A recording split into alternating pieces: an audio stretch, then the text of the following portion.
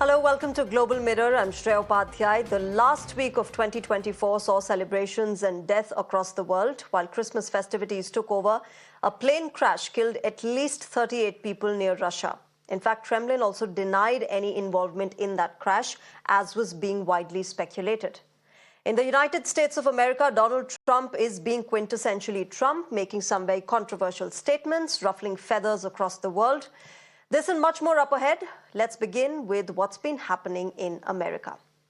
This week, Donald Trump raised concerns as he spoke of the LGBTQ+ community, asserting that there are only two genders, male and female, and that he would sign an executive order on day one as president to ban all other genders. Gender fluidity, remember, has been a central talking point this year, especially in the presidential elections of America, with Republicans and Democrats taking completely opposite lines in terms of their views, their policies and actions for the LGBTQ+ members. While Trump and his supporter, Elon Musk, has slammed the community for being woke, Democrats have had the likes of former President Barack Obama honor TV talk show host Ellen DeGeneres for having the courage to come out over 2 decades back.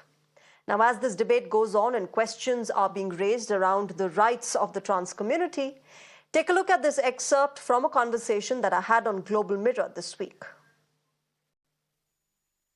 Vibhuti Jha, how do you ban identities? How do you stop somebody from identifying as something? How do you suppress people from feeling the way they do? Thank you very much for having me, Shreya, and I wanted to congratulate you in person today on the show for being, being nominated and won the award for the best English medium broadcaster and news telecaster for Times Thank Mirror. You, Mr. So Jha. congratulations for that. Thank you for having me. I want to make it very clear, I'm not speaking on behalf of Mr. Trump nor the Republican Party, but I'm definitely going to express my thoughts as a Republican, as an individual as well. Look, long back when I was a student of psychology, I read a book, Abnormal Psychology by C.F. Strong. The first line of the book was that we all have certain abnormalities in us. That doesn't make us abnormal. Now let's approach the issue from different perspective now as a social entity. I think the Democratic Party, in my opinion, has done grave injustice to the LGBTQ community by aggravating the situation which existed normally earlier on. What I mean by that is the Democratic Party has been always very divisive in their rhetoric. They pick on communities which are, lying dormant or have been in the society forever and make them as a political tool to play with. This is a reaction what Trump is doing here. The issue is not about LGBTQ. Look, people are born with certain kind of abnormalities all the time. People are deaf, not clear in their eyes. They are not able to speak well. They have Down syndrome. They have mental challenges. People are born transgender. I think it is part of a life the way it exists. So the question here is, why do we make issues which were not there earlier on? So allowing the transgender, let's focus on the transgender part. LGBT is not an issue here.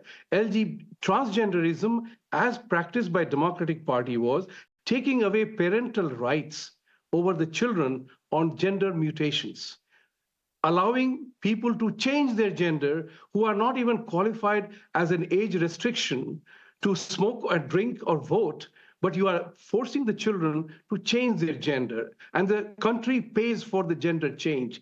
So it is not a fancy stuff that you go to the school and college and say, I want to change my gender because I feel like that. That is the problem. And the issue also is that allowing the transgender people who change their gender to participate in women's sports, as a sportsman, I'm horrified to see that. Allowing children, transgender people to enter women's locker room or the bathroom. My 60-year-old friend, she is a professor in New York, and she was horrified after her late night class that there was a man standing in her restroom and saying that I'm here because I feel like it. Anish, do you not think that therefore there should be an age cap on when you can transition, just like we have it for voting and drinking? These are, of course, very complex issues, and you can't draw a line where.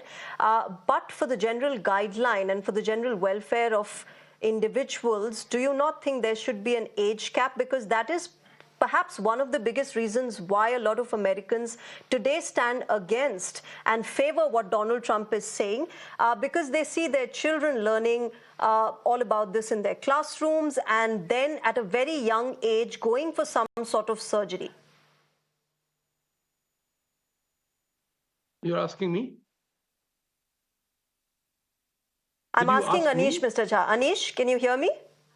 Yes, I can hear you. Yeah. Anish, go ahead. So, Shreya, the funny thing is that these are not very real concerns. These have been created concerns. The Trump campaign spent $20 million on anti-trans advertisements and to whip up this hatred. The sensible way of having this conversation has become impossible in the United States of America. You ask, do these tests exist in the United States? Of course they do. You know what doesn't exist in the United States of America? Healthcare. Affordable healthcare does not exist in the United States of America, which is why you have these concerns cropping up and you don't have a real solution to this. But Donald Trump does not want to answer that question. He does not want to do the harder job of ensuring that young people who are taking hormones less than they're taking fentanyl and doing cocaine are protected. He does not want to reform the healthcare system, but instead just wants to use these sort of clickbait tactics to get votes. Now, the unfortunate reality remains that there are multiple ways in which you address anybody who comes in with a case of gender dysphoria. It is only when it is actively injurious to their health that the decision to begin hormones or any other therapy will be taken before they're an adult. I mean, these are serious medical professionals taking charge of real medical decisions. And I think we do them a disservice by reducing them to people who do not know what they're doing and will put the lives of actual young people in danger.